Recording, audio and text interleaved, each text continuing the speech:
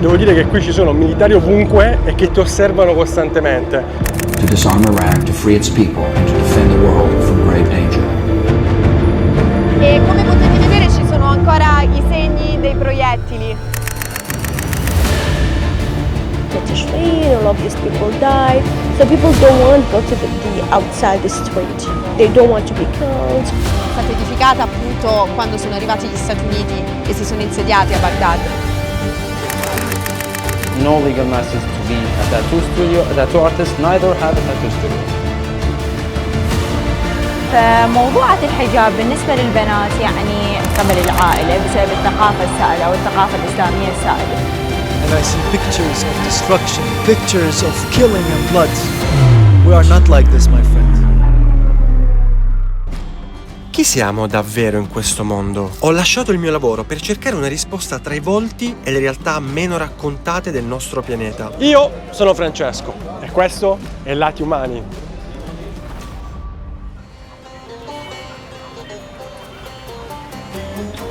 Sono a Baghdad, una città con alle spalle millenni di storia. Un tempo fu il centro del mondo arabo, il punto di riferimento sociale e culturale. Però Baghdad non è soltanto storia. Purtroppo negli ultimi decenni il suo nome è stato associato a guerre, conflitti e tanta sofferenza. Ma possiamo dire che Baghdad non è soltanto cicatrici, è una città pulsante di vita. È complessa e piena di contraddizioni. Infatti l'obiettivo di questo reportage è quello di entrare in questa realtà, è quello di capire meglio cosa vuol dire vivere a Baghdad attraverso la storia e i volti delle persone che la abitano ogni giorno. Baghdad è una città grandissima. Prendere un bus a tutti gli effetti vuol dire vivere un'esperienza. Il suo costo è di circa 20-30 centesimi a corsa, quindi veramente basso, ma questa esperienza e questa avventura non lo farò da solo, ma sarò con Claudia. Ciao, io sono Claudia e sono qui a Baghdad per la seconda volta. Sono qui con Francesco e con Lati Umani per raccontarvi i volti e le strade di Baghdad.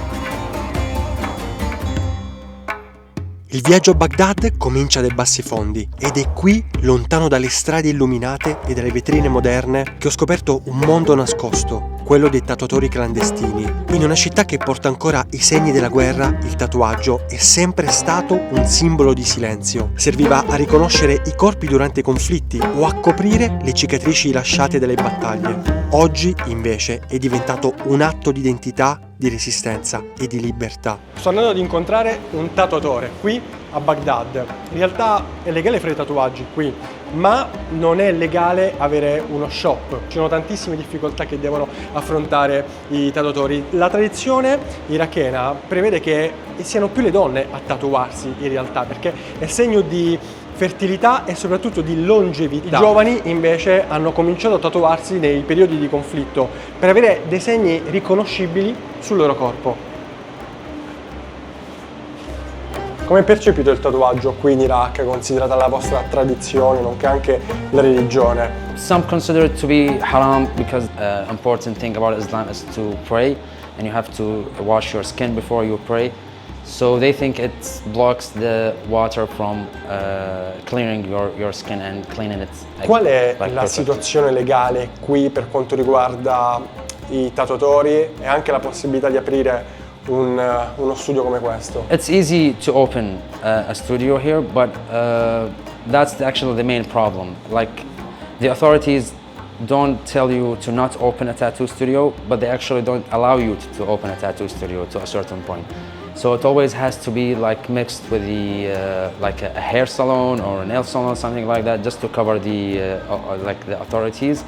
It's not illegal to be a tattoo artist or have a tattoo studio. No legal license to be a tattoo studio, a tattoo artist, neither have a tattoo studio. Well, it's stressful, of course, because you don't know who's gonna knock your door and ask for papers that don't even exist. So you'll just be stuck there in a situation. A Baghdad nulla è davvero lasciato al caso. Qui ogni segno ha un significato, quelli sulla pelle e quelli sui muri.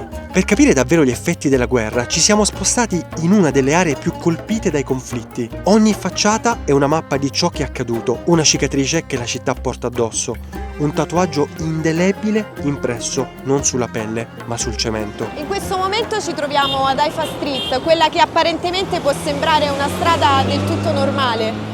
In realtà nel 2007 è stata il teatro di una terribile battaglia, la battaglia appunto di Haifa Street, che vedeva due fazioni, Al-Qaeda e gli statunitensi. Haifa Street è stata utilizzata da Al-Qaeda appunto come base per attaccare l'esercito americano. E come potete vedere ci sono ancora i segni dei proiettili su questo palazzo e su molti altri lungo la strada. Questo proprio perché Al-Qaeda entrava nelle case dei civili per avere la possibilità di attaccare l'esercito statunitense che era su strada. All'epoca c'era la guerra civile tra sciiti e sunniti e quindi c'erano tre fazioni che combattevano: l'esercito dell'imam contro Al-Qaeda, Al-Qaeda contro l'esercito dell'imam e Al-Qaeda contro gli statunitensi. Camminando tra questi palazzi segnati dai fori di proiettili è chiaro che la guerra ha lasciato cicatrici ovunque, ma non tutte sono visibili, perché i segni più profondi non sono solo nel cemento, sono nelle vite delle persone, soprattutto in quelle delle donne. E allora viene spontaneo chiedersi: e le donne qui a Baghdad come vivono? Cosa significa essere donna oggi in questa città dove ogni scelta, dal lavoro al modo di vestirsi, dal velo alla libertà di parola, può trasformarsi in un atto di coraggio? E per cercare una risposta a tutte queste domande abbiamo incontrato un attivista che ogni giorno rischia la propria vita semplicemente per esporsi. So tell me more about this law. So the child goes to the father at the age of 7. Custody of the kids, even if it's a boy or a girl, will go to his father in the age of 7. And at the same time, if the woman wants to get married again, she will lose the custody in all of ages. Like even if he is 3 and you get married, they will take your kids away. It's easy for you to get divorced. Now you will think twice because we will take your child and you will not be able to marry again. And even if you don't get married at the age of 7, we will take them. It's like, especially in this phase in Iraq, you don't actually need to be feminist. You just need to be a fair or human. Cosa significa indossare l'hijab in Iraq? E soprattutto, tu che non lo indossi, sei una delle poche donne che non indossa l'hijab a Baghdad che io ho conosciuto. E che cosa significano i capelli per una donna in Iraq? بالحقيقة هو بلد يعني غير إسلامي يحوي على الكثير من الثقافات، فموضوعة الحجاب بالنسبة للبنات يعني من قبل العائلة بسبب الثقافة السائدة أو الثقافة الإسلامية السائدة. شخصيتي أريد أظهر شعري يعني I have a curly hair. After even especially after Tishrin, all of these people died. So people don't want to go to the outside the street. They don't want to be killed or they want to be followed. Yeah, they are threatened. Yeah, of course, everybody's afraid because they say the public places isn't safe for activism. Per capire le parole di Jasmine bisogna tornare a uno dei momenti più importanti della storia recente dell'Iraq, la protesta di Tishrin. Nel 2019 migliaia di giovani iracheni scesero in strada, soprattutto qui a Baghdad, per chiedere una vita diversa. Immaginate come se noi in Italia, da un giorno all'altro, decidessimo di scendere in piazza per protestare contro la corruzione, la disoccupazione e la mancanza di servizi essenziali. Ed è così che le piazze si riempirono di studenti, artisti, lavoratori, donne e uomini che per la prima volta si ritrovavano uniti tutti insieme sotto un'unica voce. Il cuore di quel movimento era Piazza Tahrir. Ha avuto luogo una delle proteste, probabilmente la protesta più importante per l'Iraq contemporaneo, la protesta detta Tishrin, cioè rivoluzione di ottobre del 2019. Qui appunto è cominciata e c'erano donne e uomini che protestavano insieme per i propri diritti, soprattutto contro il governo che era estremamente corrotto. Come ad Haifa Street qui possiamo vedere appunto i segni dei proiettili. Baghdad è una città fatta di contraddizioni, ma anche di convivenze profonde. Cristiani, musulmani, ebrei e comunità di ogni tipo vivono fianco a fianco in questo enorme agglomerato umano che non smette mai di sorprendere. Qui nella stessa strada puoi trovare una chiesa cristiana e una moschea separate solo da pochi passi. Un contrasto che racconta molto meglio di qualsiasi altra parola la complessità e allo stesso tempo la bellezza di questa città. Abbiamo chiesto un permesso speciale per accedere oggi a questa chiesa. Pensate che è stata costruita nel 1931, è una cosa unica questa. Cioè, qui a Baghdad, nella stessa strada, si può trovare una moschea e una chiesa. Adesso proviamo ad entrare, sono veramente molto curioso di vedere com'è da dentro.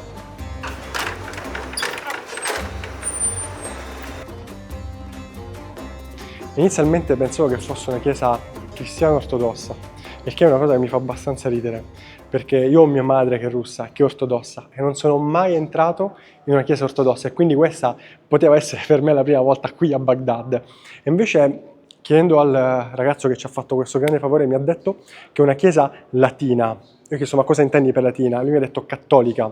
Per farvi capire quanto siamo fortunati ad essere qui, questa chiesa, per essere preservata, viene aperta soltanto durante le celebrazioni più importanti, quindi la Pasqua e il Natale. Non è aperta al pubblico, soltanto il clero.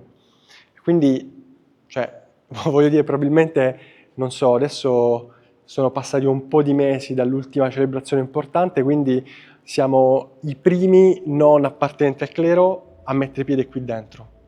Iraq. Dopo la caduta di Saddam Hussein e gli anni di guerra civile sono nate decine di milizie, ossia gruppi armati formati non solo da combattenti, ma anche da cittadini comuni, tribù e comunità religiose. Molti di loro hanno preso le armi per difendere i propri quartieri quando lo Stato non riusciva più a farlo, soprattutto durante l'avanzata dell'ISIS. E mentre oggi il paese prova a ricostruirsi, molti di questi gruppi chiedono di essere riconosciuti come vere forze militari ufficiali, con lo stesso ruolo e gli stessi diritti dell'esercito regolare. E per saperne di più abbiamo voluto conoscere il punto di vista di Hassan, un giovane attivista di Baghdad. Look at this is an militia area. We cannot go there. This is the first art gallery in the Middle East, and now it's a place for militia. You can imagine a gallery, the first gallery in the Middle East, go for militia. Theater in Abu Nu'as go to for militia. Everything go to militia, and we cannot say no. Niente, ci hanno ripreso perché stiamo parlando, ci siamo fermati proprio qui dove c'è questo muro che confina con un campo della milizia, quindi non possiamo fermarci a parlare lì in quel punto dove eravamo prima. Adesso ci stiamo spostando. Devo dire che qui ci sono militari ovunque e che ti osservano costantemente. Ci sono cose che non puoi fare, che da noi invece probabilmente è normale fare, fermarti sulla strada e parlare, conversare. Qui invece non tutto è possibile.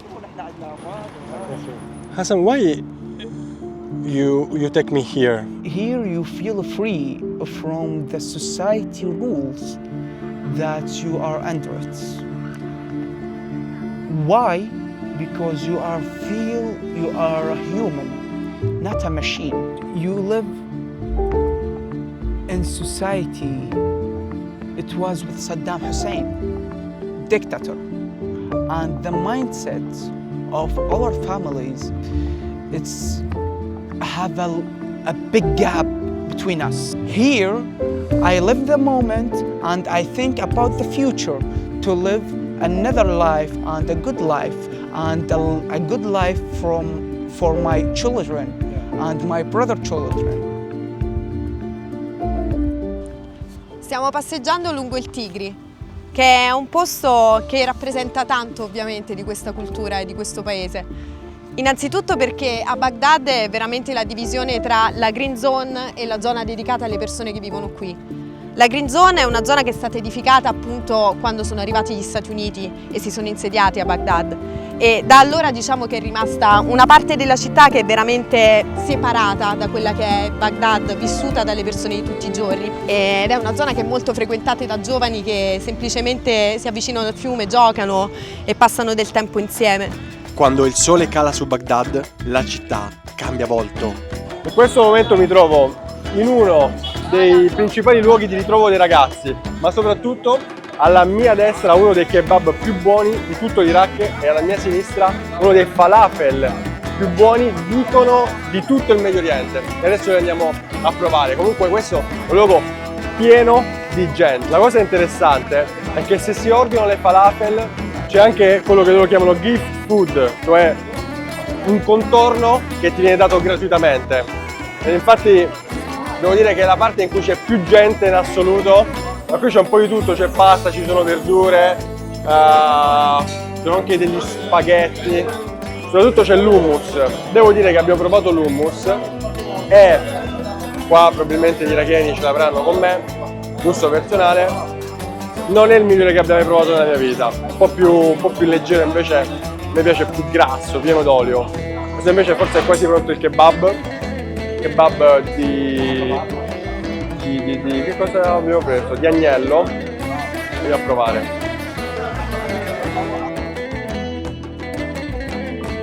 Proviamolo.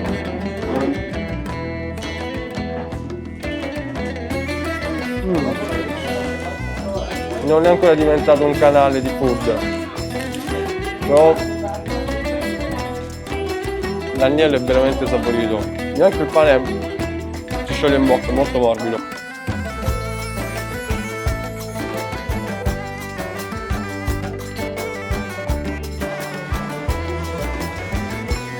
Allora, in questo momento mi trovo a Mutanabi Street, che è un luogo di ritrovo dei più grandi intellettuali dell'Iraq. Infatti, camminando per queste vie ci sono libri ovunque, e le persone passeggiano in questa strada ed è il luogo di ritrovo anche di personaggi importanti, poeti di Baghdad, ma adesso qui alla mia destra si trova lo Shabandar Café, che è uno dei caffè più storici di Baghdad, ed è qui dove anche le persone si riuniscono per discutere di politica, ed è lì che ci stanno anche aspettando due amici per condividere dei momenti insieme. Hello man. How are you? Nice to finally see you. Yeah. Welcome to Iraq. La cosa più comune che fanno anche i ragazzi quando si riuniscono qui nei caffè è quello di bere il tè, anche se fuori fa un caldo, e è quello di fumare la shisha. Quindi la cosa più bella è condividere un po' di quotidianità di Baghdad con chi la vive ogni giorno. What we don't know about Iraq? I don't like to go into politics, but I am very upset. I'm very upset. I'm very sad. And my heart aches when I write Iraq in Google and I see pictures of destruction, pictures of terrorists, pictures of car bombs, pictures of killing and blood. We are not like this, my friend. Francisco, we are not like this. Francisco, meeting you today made me really happy. And not only happy, meeting you today filled me with hope. Because behind the media and behind everything we see online and behind every false information, there is amazing people, and there are people who want to seek the truth. And the truth is very clear today. We are Iraqis and we are part of the humankind. Umanità. Una parola semplice ma qui a Baghdad assume un peso diverso. L'umanità l'ho vista negli occhi dei ragazzi che sognano un futuro nuovo, negli attivisti che continuano a lottare anche quando nessuno li ascolta. L'ho sentita nelle storie di chi lavora ogni giorno rischiando molto più di quanto possiamo immaginare. L'umanità di Baghdad è fatta di contrasti, ferite e bellezza, caos e gentilezza, ombre e luce. E nelle voci dei suoi abitanti, nelle loro risate inattese, nei gesti piccoli e silenziosi che tengono unita una città che non smette mai di rialzarsi. E alla fine di questo viaggio capisco che Baghdad non è solo un luogo da raccontare, è un luogo da ascoltare, perché più di tutto è un luogo profondamente, ostinatamente umano. Ultima domanda. Qual è la tua speranza per il futuro, tua ma in generale di tutti quanti i tatuatori qui a Baghdad, in Iraq? We have to have some certain legal papers to practice tattooing and to open tattoo studios. As much as I love my job, I know how dangerous it could be if you do it wrong. More, let's say, government attention, but in the right direction, not to just close shops, rather than doing checkups, regular checkups, legal papers, and have subscriptions, have like every other country do it.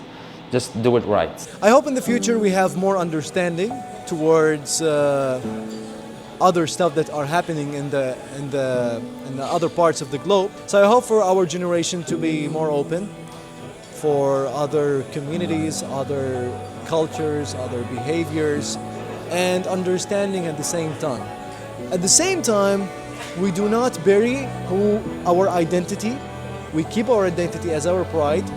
عندي أمل كبير صراحة بأنه نوع الحكومات أو أنواع الأحزاب اللي تحكم العراق هي أحزاب إسلامية، أحزاب ذات تطرف ديني، أحزاب بعدها سلاح منفلت، أحزاب غير مؤمنين بحقوق الإنسان بشكل عام وغير مؤمنين بحقوق النساء.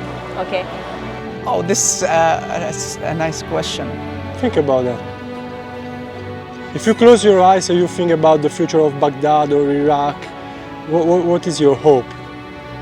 Just we need to make Baghdad great again. Because Baghdad needs us. Baghdad doesn't need the government or need America or need Iran or need anyone. Baghdad needs the Baghdadians or the Iraqis. The Iraq need the Iraqis. La cosa che ho notato di più è che in tutte le interviste che abbiamo fatto tutti quanti hanno utilizzato una parola che è human, no? Esseri umani. Quindi è una cosa bellissima, non mi succede così spesso, e il fatto che tutti quanti qui in Iraq parlano della necessità di essere umani è una cosa bellissima e che non capita così spesso, e un po' mi emoziona anche questa cosa.